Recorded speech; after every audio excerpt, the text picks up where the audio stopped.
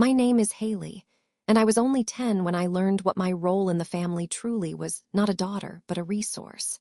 The money I earned from Grandma's store, snatched by my parents like I was just their employee, not their child. That moment lit a fire inside me, and years later, I'd burned down every expectation they had for me. Before we dive into my story, tell me, where in the world are you watching from? Drop it in the comments. I love seeing how far these stories travel. The smell of overcooked bacon and old linoleum fills the kitchen like it always does. Familiar, but not comforting. The TV blares a laugh track from the next room, something canned and stupid, and it makes me feel like I'm the only one taking anything seriously. I was 10, just 10, but I wasn't naive. I'd spent the entire summer stocking dusty shelves, swiping the mop across faded tile, and running the till at Grandma June's corner store. She paid me in cash. Crisp, folded bills in a wrinkled white envelope that smelled like peppermint and mothballs. It was mine. I'd counted every dollar, dreamt of new school shoes, a book light, maybe even one of those sparkly backpacks that the cool girls at school always had. I had plans, until I walked into the kitchen that morning and saw it, my envelope, open on the counter. The cash was gone. What? What happened to my money? My voice was high-pitched, more confused than angry at first. My mom didn't even flinch as she poured herself more coffee. "We needed it," she said, like it was a loaf of bread she borrowed and meant to replace. I remember staring at her. "You needed it, that was from Grandma for me." My father, lounging in his stained recliner, barely looked up. "We're your parents, Haley, not your business partners," he muttered like it was funny. Like I was ridiculous for even asking. That was the moment. The moment my chest tightened and my cheeks burned in a way that wasn't about shame, it was fury. At 10, I knew what that was, fury. I felt it settle deep in my ribs like a curse I couldn't uncast. I yelled, I screamed, I cried so hard my voice cracked. I remember shaking with the effort of it, trying to make them see me. My mom just sipped her coffee. "You'll understand when you're older," she said with a shrug. "We're family. Family helps each other." I wanted to scream that helping isn't the same as stealing, that they'd taken what I worked for, that Grandma June had pressed that envelope into my hands with a proud smile and a whisper, "Don't let them touch this. This is yours." She knew, but she was gone now, and all I had was the leftover scent of her peppermint candy and the bitter betrayal of two people who were supposed to love me. I remember running to my room, slamming the door and pulling the covers over my head. Not because I wanted to hide, but because I needed to figure out who I was in this house. Not a daughter, not someone to protect, just someone useful. Useful until I was. I didn't know it yet, but that was the first cut in a lifetime of tiny betrayals. The first time I realized that in this family, love was conditional and I was going to spend years bleeding for people who never once tried to stop the wound. Years passed, but the betrayal, it aged with me, got quieter, softer. Like a splinter lodged so deep it didn't bleed anymore, but still hurt when I moved a certain way. I'm 28 now, still in Columbus, still tethered. I live in the same creaky house I grew up in, technically my parents' house, but I pay the property taxes and most of the utilities. I cover the internet bill, the streaming subscriptions, even the heating oil. Quietly, automatically, like a reflex. Nobody asked me to, they never have to. "You're the strong one," my mom says, like it's a compliment. Like it's not the chain she slips around my neck. The line always comes out the same way, light, dismissive, coated in that Midwestern guilt-flavored sugar. Usually after I've just Venmoed her the car insurance payment, or covered the balance on Jess's credit card. Again, Jess, my little sister, 5 years younger but somehow always ahead. Shopping trips in Miami. Brunch selfies with captions like "living my best life." The last time she called me, it was to ask which nail color matched her new Marc Jacobs tote. Never mind that I was neck-deep in a freelance deadline, juggling a tech client in Seattle and a migraine. "You worry too much," Jess said, laughing. "Live a little, Hales." She's never seen the Excel sheets I keep, the budgeting tabs, the canceled subscriptions to things I loved, Spotify Premium, yoga classes, even my dream of applying to grad school, because someone always needed something more.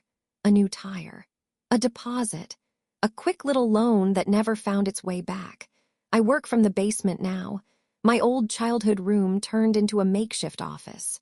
Peeling posters of boy bands still hang on one wall. My second-hand monitor hums quietly as I chase contracts that barely keep me afloat. Sometimes, I wonder if I'm building anything, or just constantly patching leaks in a ship someone else steers. One night, after sending over $300 to my dad to help with a few things, I made the mistake of mentioning how I was thinking about moving out someday. Just dreaming out loud. Dad laughed, not a mean laugh, just that lazy, low chuckle that says, "Don't be ridiculous." "You'd miss us too much," he said, patting my shoulder like I was still 10. And just like that, I shrunk again, right back into the role. The helper, the dependable one, the wallet, the maid. The background character in my own life. It's strange, isn't it? How silence becomes a survival skill. How you start swallowing your wants so long you forget the taste of them. I wanted a dog, a garden, to take a trip to Oregon and see the coast for the first time. I've never left Ohio for more than a week. And even that was for a tech conference I booked myself into like it was a favor, not a desire. Nobody asks about my dreams. They assume I don't have any. They think this is who I am. Grounded, available, practical. They don't know that at night I scroll Zillow listings like they're poetry. I save photos of fixer-uppers in neighborhoods I can't afford yet. I imagine painting walls in shades I choose. I imagine locking a door that belongs to me. But then Jess posts another selfie in a rooftop pool.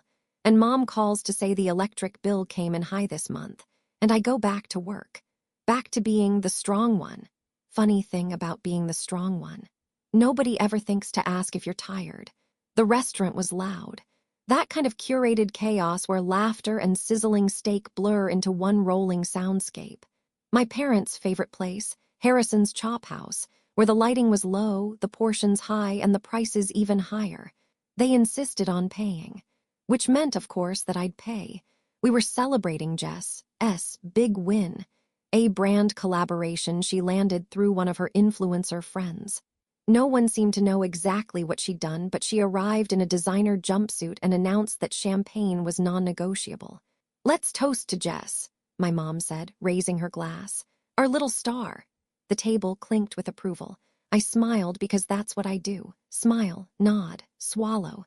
Even when the check came and my dad patted his pockets, eyes wide with mock confusion. "Oh shoot, Haley, I left my wallet in the truck again. You mind covering? I'll Venmo you tomorrow." He wouldn't. He never does.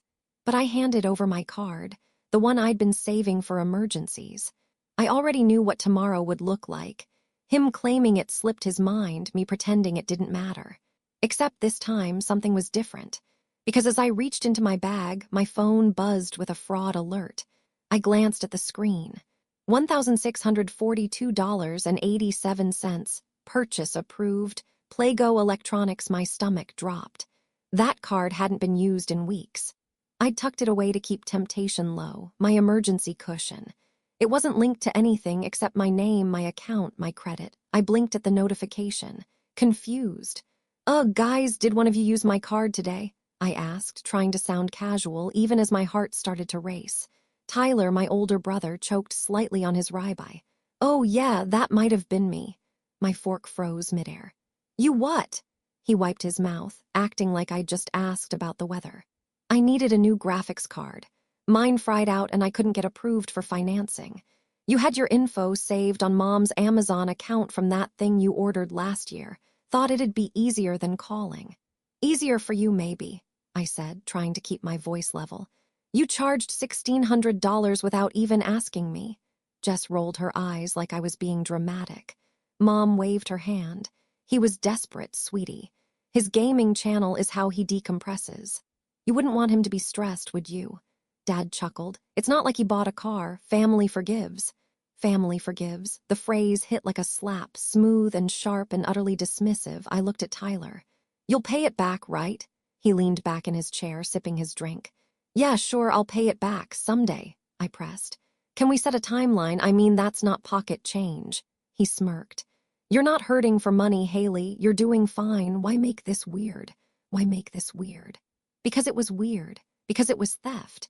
Because if anyone else had done it, if a coworker had swiped my card for $1,000 shopping spree, they'd be facing charges. But because it was Tyler, who once broke my laptop and blamed me for leaving it in his way. It was just another shrug, another joke. I felt the anger bubbling up, sharp and breathless. I stared at my drink. My hand tightened around the glass. And in that moment, I realized something that scared me more than the charge itself. I wasn't even shocked. Not really, just tired. Tired of always being the open wallet, the emotional sponge. The one who paid quietly, automatically, and got nothing but chuckles and patronizing shoulder pats in return. I didn't yell, didn't cry. I simply excused myself from the table, walked calmly to the restroom, locked the stall door, and leaned my head against the wall. Not to hide, to breathe, to gather whatever was left of my dignity. Because something inside me had finally clicked. They didn't just use me. They expected me to like it. I don't have anything to wear. I meant it literally and emotionally. I was slouched on Brianna's couch, surrounded by fashion magazines and half-eaten takeout. My fingers toyed with the drawstring of my oldest hoodie, the one I'd worn so thin it felt more like memory than fabric. Brianna glanced at me over her glasses, deadpan. "Haley, they didn't revoke your right to exist just because Jess has a handbag that costs more than your laptop." "They didn't revoke it," I muttered. "They never acknowledged it." I told her everything after the steakhouse, Tyler's swipe, my parents' dismissiveness, how the whole family seemed to operate like I was their unpaid assistant. She'd listened, poured wine, and then made a plan. "Come with me tomorrow," she'd said. "Glam thrift pop-up downtown. It's like vintage heaven meets runway rebellion. We're gonna make some chaos." I had laughed, but now I just felt exposed. "I'll stand out," I said. "Exactly." She grinned. "Let them squint." The next morning, we stepped into a brick-walled showroom that pulsed with personality. Racks of sequined dresses swayed like party guests. Funky music thumped low through the speakers. Women of every shape, size, and shade spun in front of mirrors, admiring themselves without apology. It was overwhelming and oddly safe. Brianna dove in like it was her natural habitat, tossing clothes my way. "Try this and this. Ooh, Haley, this skirt wants you." The skirt was a gold and ivory brocade masterpiece with a high waist and a slightly rebellious flare. It looked like something from a 1960s film noir, powerful, precise, dramatic. I hesitated. "I'm not sure I can pull that off." Brianna didn't flinch. "You've been pulling off your whole unappreciated life. This is easier." Eventually, I stood in the dressing room, staring at myself in the mirror. The outfit was stunning. A black turtleneck tucked into the vintage skirt, gold hoop earrings, dark lipstick that made my cheekbones pop. But it wasn't just the clothes. It was the way I stood, straighter, sharper, like someone I hadn't let out in years, someone who didn't apologize for taking up space. "Girl," Brianna said, peeking behind the curtain, "if you don't buy that, I'm disowning you." I smiled, a real one. I think I just met myself. That night, we showed up at the family gathering, an anniversary party for one of my aunts, held in the rec room of a cousin's sprawling suburban house. The room was the usual chaos: cousins chasing toddlers, over-decorated cake, Jess monopolizing the Bluetooth speaker with her Miami playlist. And then I walked in. The noise didn't stop, but it changed. People turned, heads tilted, eyes followed. "Haley," someone said, "is that really you?" Jess, in a tight designer sheath, blinked at me like I'd spoken a foreign language. "Is that thrifted?" She didn't say it with venom, just disbelief. Like I'd shown up to a wedding in a wetsuit. Before I could respond, Brianna looped her arm through mine and said, "Honey, this is custom soulwear. You can't buy this off a rack." And like a tide shifting, the energy shifted with her. Some of my college friends were there, people who knew me outside the family fog. They whooped when they saw me, showered me with compliments. "Look at you, vintage queen." "Serve, Haley, serve." Jess's face twitched, and for once I didn't shrink. I didn't explain the outfit or downplay it or joke about just throwing it together. I stood there and owned it. Later, as I passed the punch bowl, a cousin's wife stopped me. "You always seem so quiet at these things," she said. "But tonight you look different, lighter." I smiled. "Maybe I'm just done carrying things that aren't mine." She nodded like she understood. Because some women do. They recognize the moment a girl decides to stop being responsible for everyone else's comfort. The party glow didn't last long. It never does in this house. Aunt Leela's event had wrapped, and the leftover cake was boxed, balloons slowly deflating in the living room. The cousins had all peeled off, their kids tucked into SUVs and minivans, the laughter fading with their tail lights. Back home, I kicked off my vintage heels and padded barefoot across the linoleum I've known since childhood. The same pattern I used to sit on during tantrums, coloring pages with broken crayons, while Mom cooked meatloaf and Dad yelled at the Browns game. Everything looked the same, but I didn't feel the same. My phone buzzed with a DM, someone from the party asking where I'd found my outfit. I smiled, typing back, found it where I found myself, at the thrift. And I meant that. For the first time in a long time, I wasn't disappearing. Maybe that's what made me say it. We were all sitting around the kitchen island, me, Mom, Dad, Jess, picking at leftovers. Jess had kicked off her stilettos and was scrolling through her tagged photos from the night, humming to herself. I looked up from my plate and said it out loud. I've been thinking about getting a place of my own. It wasn't dramatic, just a gentle confession, like handing someone a fragile shell and hoping they don't crush it. Silence. Then Dad barked a laugh. You, alone in a house. He said it like I'd announced I was building a rocket in the backyard. Jess didn't even look up from her phone. Where would you go, Hales? You're always here. Who'd cover stuff when Mom forgets the water bill again? Not to mention, Mom added, it's not exactly a good time in the market. That was rich, coming from the woman who thought avocado toast was the reason millennials couldn't buy homes. I'm just thinking, I said quietly. I've been saving. It wouldn't be big, just a space that's mine. Jess snorted. Why would you need space when you're always over here paying for ours? The words landed like a slap, but she didn't even flinch. She was too busy adjusting the Valencia filter on her latest selfie. Nobody defended me. Nobody asked what kind of place I'd imagined, or how long I'd been saving, or what it meant to finally want something just for myself. They didn't even seem curious. Like the idea of me having dreams was a category error.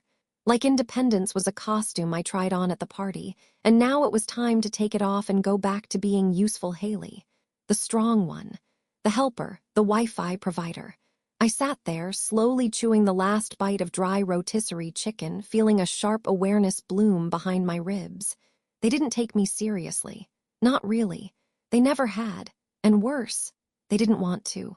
Because the moment I stopped serving them, I stopped being useful. And in this house, useful is just another word for wanted. I nodded, pretending I agreed with their jokes. I smiled, even laughed a little. I cleared the plates while Jess scrolled and Dad stretched out on the couch. But something inside me solidified. That night, alone in my room, I opened my savings app and stared at the numbers. Not huge, but something. Enough to start. I opened a browser tab. Searched first-time homebuyer Grants, Ohio. Read until my eyes blurred. I wasn't announcing a plan anymore. I was making one. And next time I said it out loud, I'd be saying it to someone who believed me. I was folding laundry in the den when it happened. The dryer hummed softly behind me, filling the room with a false warmth. I had just finished matching socks that didn't belong to me. Dad's thick white crew cuts, Mom's floral ankle pairs, even Jess's glitter ones she swore she didn't mix into the communal bin. My own socks, the boring gray ones I bought in bulk, sat forgotten in the corner. It was early. Quiet. The kind of morning where the whole house felt heavy with leftover conversation. I'd barely slept the night before. Too many tabs open in my brain. Mortgage calculators, floor plans, tiny homes on Pinterest, a blurry dream of blue walls and sun coming in through big windows. But in this house, dreaming too loud gets you labeled dramatic. I was halfway through folding a pair of Dad's jeans when Mom walked in. She leaned against the doorway like she was just stretching her legs, but something about her smile was off. Too composed. You've been tense lately, she said, almost kindly. I glanced up. Just a lot of work. She nodded, like she didn't believe me. Maybe it's time you go find yourself. The phrase hit me weird. I blinked. What? You know, she said, picking lint from a blanket. Take some time, clear your head, figure out what you really want. I was about to ask what she meant when I heard footsteps behind her. Dad. He wasn't looking at me, just walked in, flicked an envelope onto the coffee table like it was a pizza coupon. You don't live here anymore, he said, already turning back toward the hallway. We need a break from you.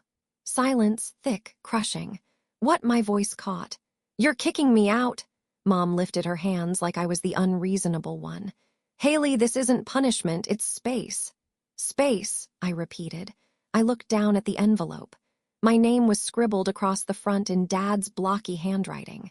Inside, a printed lease termination notice, one of those fill-in-the-blank rental forms you can download from Google. It wasn't even dated correctly.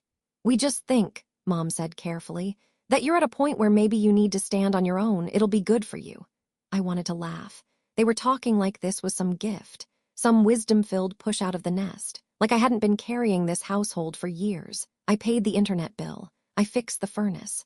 I kept track of when Jess's insurance was due. I replaced their cracked phone screens and reset their Wi-Fi passwords when they forgot. And now I was too tense. Now I was ready to stand on my own. Now they needed space. But I didn't say any of that. I just stood there, still holding Dad's jeans, still surrounded by warm laundry and the sick scent of betrayal wrapped in soft language. This wasn't a break. It was a severing, but they wanted it to look like kindness. Mom smiled again. Think of it as an opportunity. My mouth was dry. I nodded slowly. Right, an opportunity. And just like that, I understood. They thought they'd won.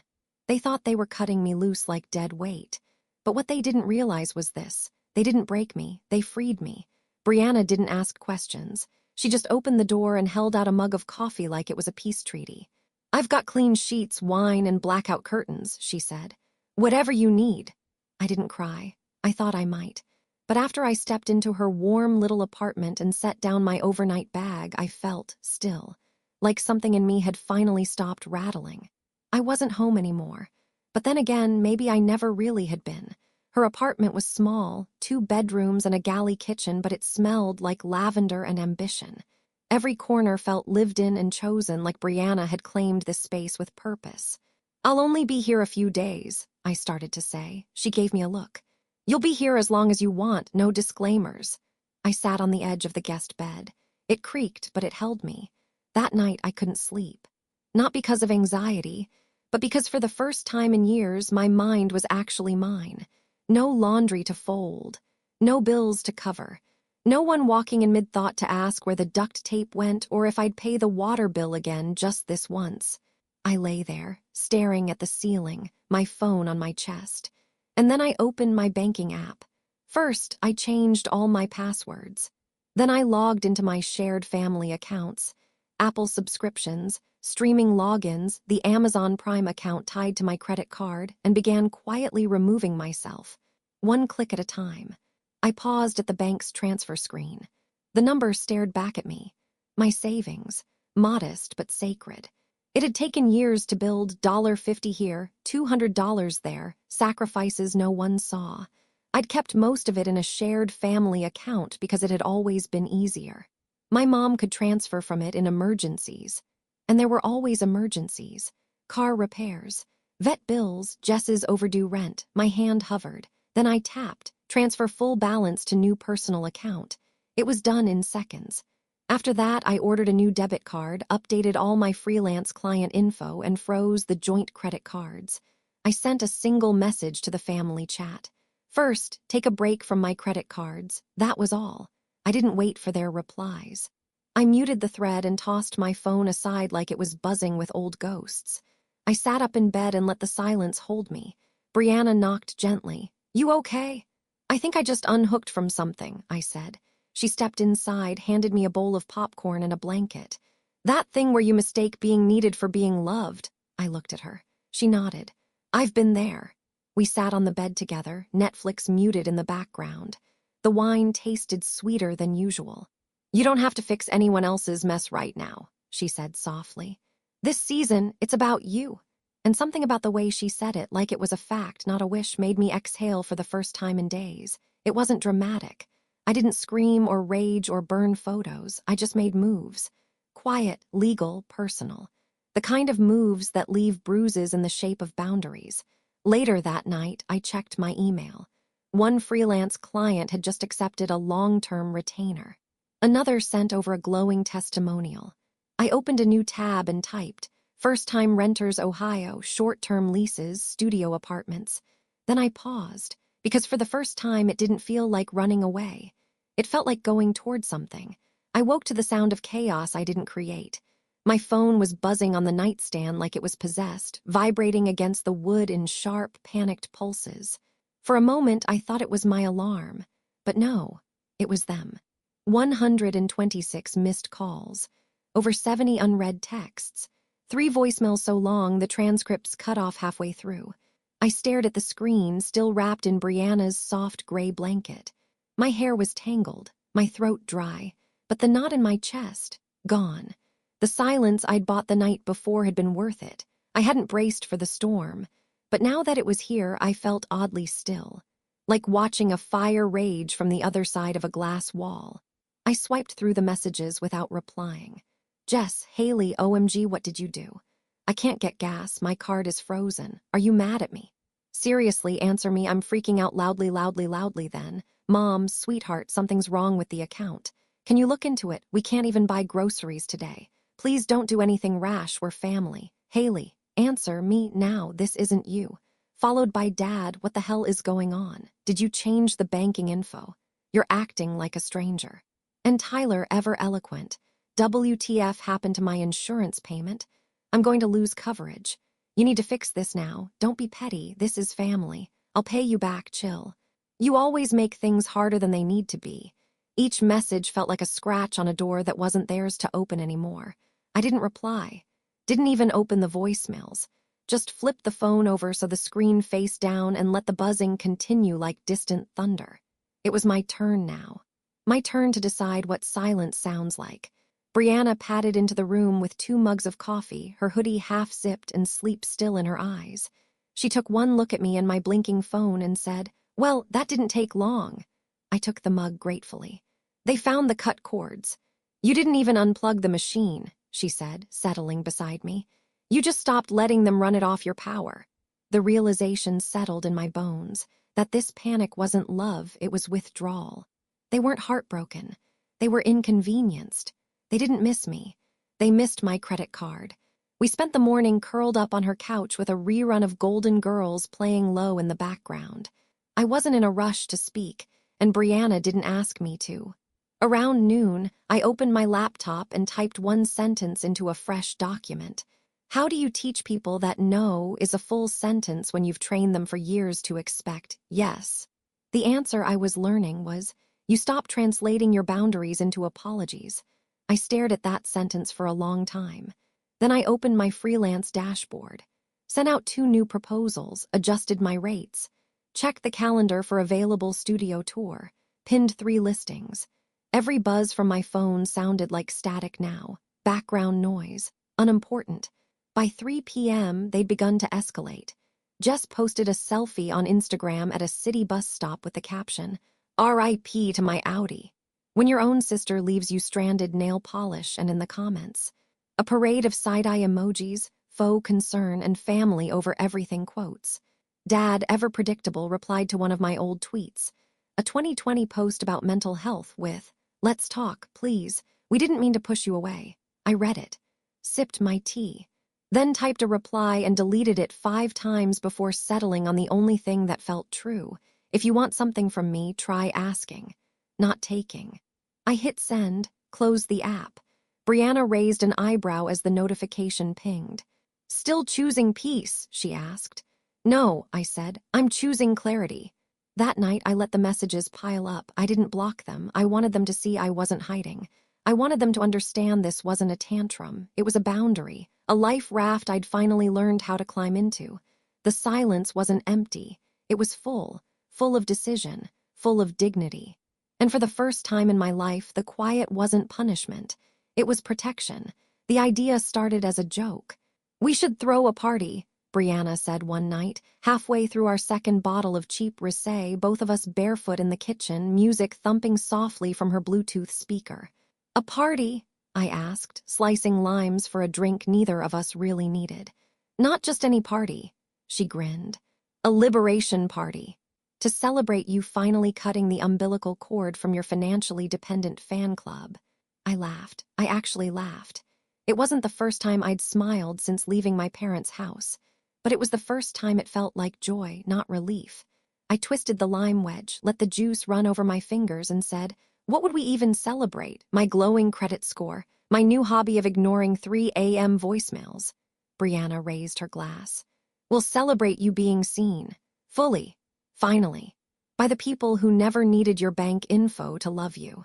That night, we stayed up sketching out the details on a napkin. Balloons, music, thrift store glam, dollar store wine that tastes like defiance. We texted friends, sent digital invites with a gold L for liberation etched across a cracked piggy bank. And when the day came, it was everything I didn't know I needed. The apartment shimmered with string lights and hand-painted signs that read things like "Boundaries Burnout" and "You don't owe anyone your peace." The playlist was full of women who sound like Freedom, Aretha, Beyoncé, Janelle Monáe. Everyone came dressed in something they wouldn't wear to a family dinner, and that was the point. Brianna wore a feather boa and combat boots. Someone showed up in a floor-length leopard coat. I wore the same thrifted brocade skirt I'd worn to the family party, the one that made Jess sneer and strangers cheer. But this time, I paired it with red lipstick, glittered heels, and zero apologies. The energy in the room was electric. People toasted to quitting jobs, leaving toxic friendships, starting therapy, saying no.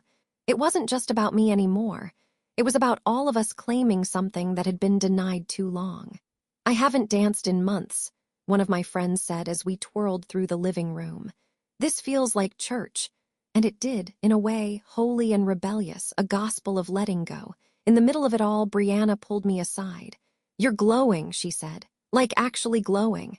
"It's the wine," I teased. "No," she touched my arm. "It's what happens when you're not being drained." That sentence wrapped around my heart and stayed there. I looked around the room. No one was asking for money. No one was guilting me. No one was making jokes at my expense or reminding me of everything they'd done for me to justify what they took. These people were just present, celebrating me for me. Someone turned the music down, and before I could stop myself, I stood up on a dining chair and clinked a glass. "Okay," I said, breathless. "I wasn't planning to make a speech." Brianna whooped. "But she's doing it anyway." Everyone laughed. I smiled, heart pounding. I didn't know how quiet I'd gotten until I heard myself again," I said. "I thought shrinking was survival, that giving everything made me worthy of love. But now, I realize love doesn't demand you disappear." A few heads nodded. I took a deep breath. "So tonight, I'm not just celebrating being debt-free or drama-free. I'm celebrating being seen, being here with all of you, and knowing that who I am without all the extras is actually enough." They raised their glasses. "To Haley, to boundaries, to liberation." And as the music kicked back in and the crowd folded into laughter and rhythm, I stepped off the chair and back into my own body, lighter than I'd felt in years. It wasn't revenge. It was revival. And in the soft, golden blur of string lights and sparkling glasses, I realized something. Freedom doesn't always come crashing in. Sometimes it dances through the door in a thrifted skirt and red lipstick, and you welcome it like an old friend. It started with a caption. Just one line, posted to Jess's Instagram above a moody, over-filtered photo of her sitting on a cracked bus bench, pouty lips, sunglasses too big for her face. "R.I.P. to my Audi." When family forgets what loyalty means, broken heart within an hour, it had over 200 likes and a handful of comments like, "That's messed up, girl. Hope your sis sees this and feels bad. Blood is thicker." I stared at it, sipping champagne in my new studio apartment, my apartment. String lights still hung above me from the liberation party. An empty cupcake box sat beside my laptop, and the echo of laughter still clung to the walls. Jess's post didn't hurt. Not like it would have a month ago. What it did was confirm something I'd only suspected before. She didn't want me to fix things. She wanted attention for being broken. I watched the comments roll in, some with side-eye emojis, others tagging me directly like they were calling me into battle. But I didn't reply. I just tapped her profile and scrolled. There it was again, a second post. A throwback carousel with a shot of her and me on a family vacation in Myrtle Beach from years ago. The caption read, "Crazy how fast people switch up. One day they're your sister, the next day they're a stranger nail black." Beneath it, my dad had commented. An old tweet of mine, too. He dug it up from 2 years ago, something I wrote during a late night of freelancing. Love without accountability is just manipulation with better PR. He quoted it. Added his reply, let's talk, please. We didn't mean to push you away. I stared at that sentence for a long time. We didn't mean to push you away.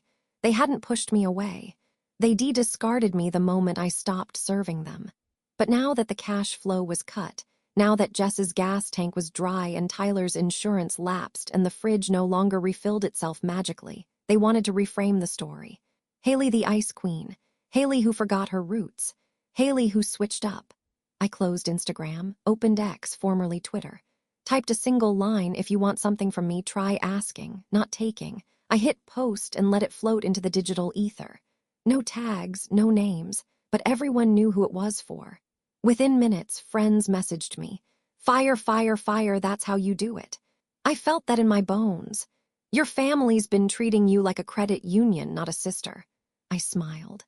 It wasn't revenge, it was correction. A gentle reorientation of the narrative, a reminder that silence wasn't guilt and boundaries weren't betrayal.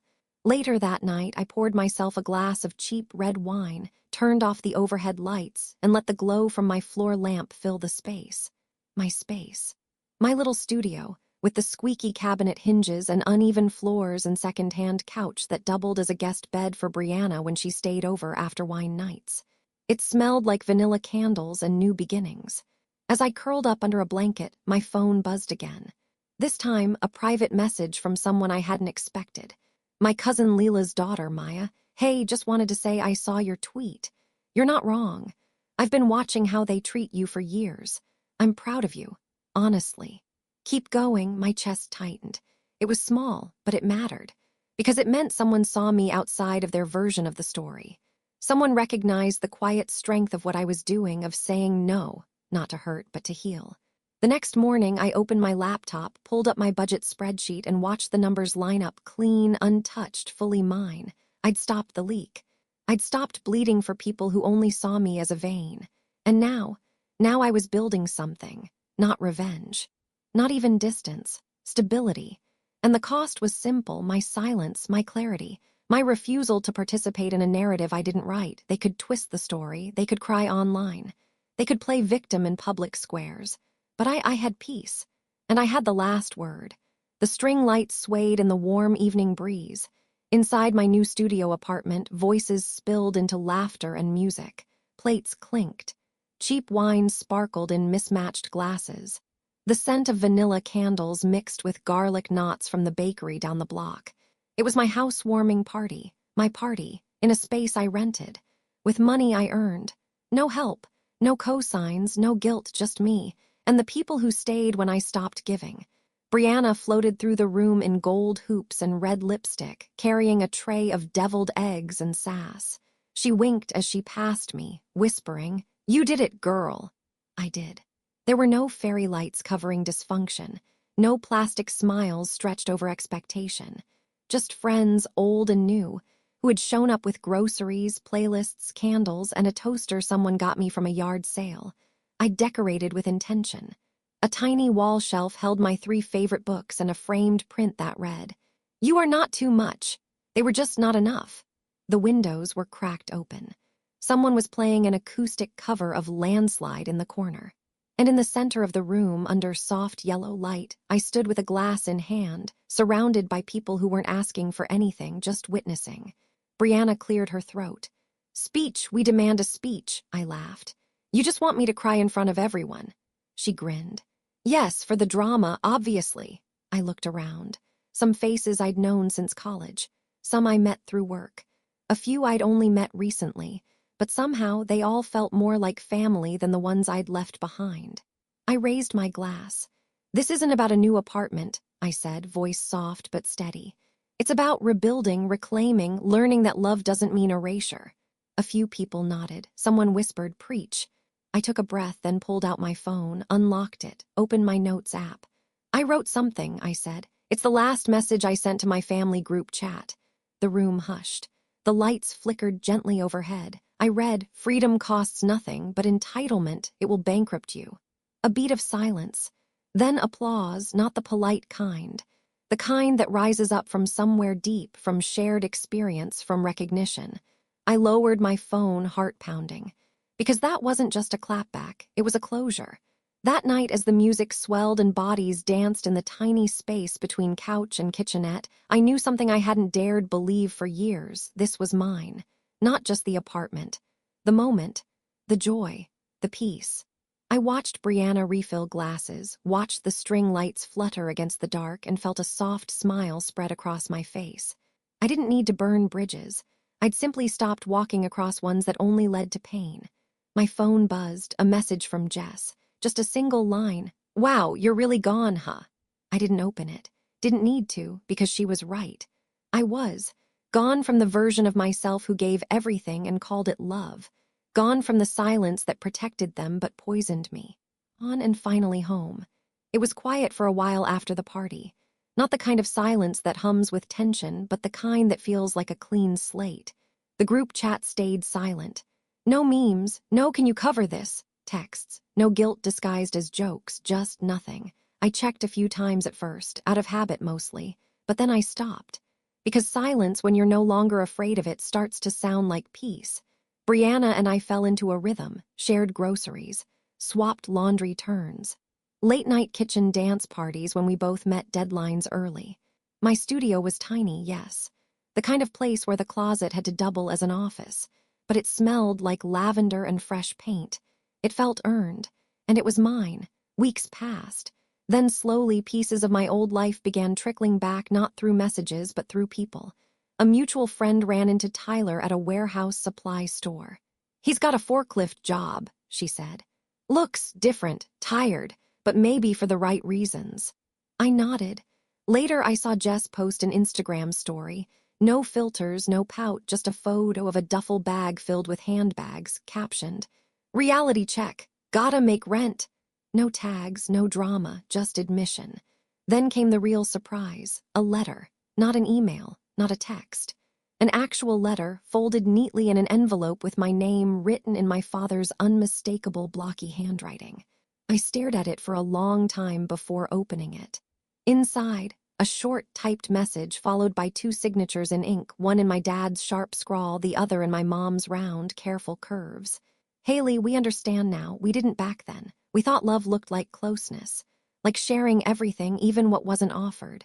We didn't see how much you gave because you never asked us to look. We're sorry, not just for the money, but for never seeing you beyond your usefulness. Thank you for showing us what boundaries look like. It's hard, but we're learning. We miss you, and we respect the space you've taken. Love, Mom and Dad." I read it 3 times, folded it once, slid it into the drawer of my nightstand, not out of spite, but because not everything needs a response. Some apologies are received, not rewarded. And sometimes forgiveness isn't a door you walk through together. It's a hallway you walk alone, just long enough to find light on the other side. I didn't cry. I didn't rush to text them back. I just sat on the edge of my bed, listening to the hum of the city outside my window. A siren in the distance. A car alarm. Life going on. In the quiet, I whispered, "I understand now, too." 1 year later, my apartment smells like rosemary, fresh paint, and warm bread. The windows are cracked open. A soft October breeze flutters through the curtains. The walls, once bare and beige, now glow with autumn garlands, paper lanterns, and hand-drawn signs that say things like "Choose peace over pattern" and "Boundaries built this home." It's the 2nd annual Freedom Feast. What started as a defiant joke between Brianna and me has become something sacred. The kind of tradition you don't put in a calendar, you just feel it coming. There's no turkey, no awkward cousins, no folding chairs borrowed from a neighbor's garage. Just good food, loud laughter, and people who saw me before I was useful. People who stayed when I stopped performing. Brianna, of course, is already dancing in the kitchen, flicking mashed potato off her spoon and onto the tile like she's Jackson Pollock. Someone else is pouring wine. Another friend is layering vinyl onto the record player. A scratchy jazz track starts humming. I set out mismatched plates. Candles flicker in old jars. A guest brings in a second folding table, and I watch them work like bees building a nest. And it hits me, this is family. Not the one you're born into. The one you build. The doorbell rings. It's Maya, my cousin Leela's daughter, the same one who DM'd me after I posted that now-famous tweet last year. She's wearing a denim jacket with soft, not equal to weak painted across the back in silver. I brought pumpkin pie, she grins. Store-bought, but with defiance. You're officially invited every year, I laugh, pulling her into a hug. More guests arrive. Some bring flowers, others homemade dips. One brings a bouquet of handwritten compliments and passes them around like fortune cookies. Everyone's buzzing with ease. There are no power plays, no guilt, just presence. I pour drinks and pass out cloth napkins. The music softens and people find seats. Some on chairs, some on pillows, one person perching proudly on a repurposed crate. Brianna taps a glass with a spoon. All right, she calls, it's time. The room quiets, I stand. I wasn't planning to make a speech. I start, same line as last year. Laughter erupts. But you're doing it anyway, Brianna shouts, raising her glass. I nod. Last year this table fit on one side of a couch, I say. This year we needed more space. I glance around, eyes meet mine, some glossy, some grinning, all real. I used to think independence meant isolation. That to be free, you had to go it alone. But I've learned something different. A pause. Freedom doesn't mean you don't need people, it means you get to choose the ones who won't cost you yourself. Murmurs of agreement. And boundaries. I continue, lifting my glass. They don't end relationships, they define them. Clinks follow like bells. Someone wipes a tear. Maya raises her glass high. To Haley, she says. No, I shake my head, smiling.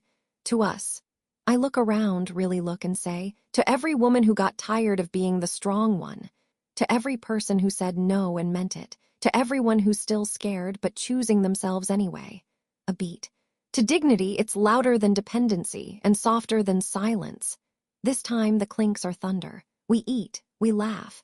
Someone accidentally knocks over a glass and shouts, freedom splash. We roast marshmallows over tea lights. Play card games. Retell the worst dates of our lives until our sides ache from laughter. And sometime between the cleanup and the last goodbye, I catch my reflection in the kitchen window. Not the version of me who stood in a cluttered Ohio kitchen, fists clenched as her parents pocketed her earnings. Not the version of me who quietly folded their laundry while being told I was too tense to stay. But this me, clear-eyed, still, certain. I trace the rim of my empty wine glass, place it gently in the sink, and breathe. I don't know what's next. I don't need to. I have a life now where love doesn't have a ledger, where quiet isn't punishment, it's peace. Where holidays aren't minefields, they're mine. And maybe, just maybe, that's the real inheritance. Not money, not approval, but the chance to become who you were always meant to be, uninterrupted. Have you ever had to build your peace from the ground up? Have you ever hosted a celebration not for what you gained, but for what you finally let go of? Drop a candle in the comments if you found your own kind of freedom feast. And remember, boundaries do mean love is gone. They mean it's real. Thank you for sharing Haley's journey. If her story spoke to something in you, share it with someone who needs reminding. Survival isn't the goal. Living is.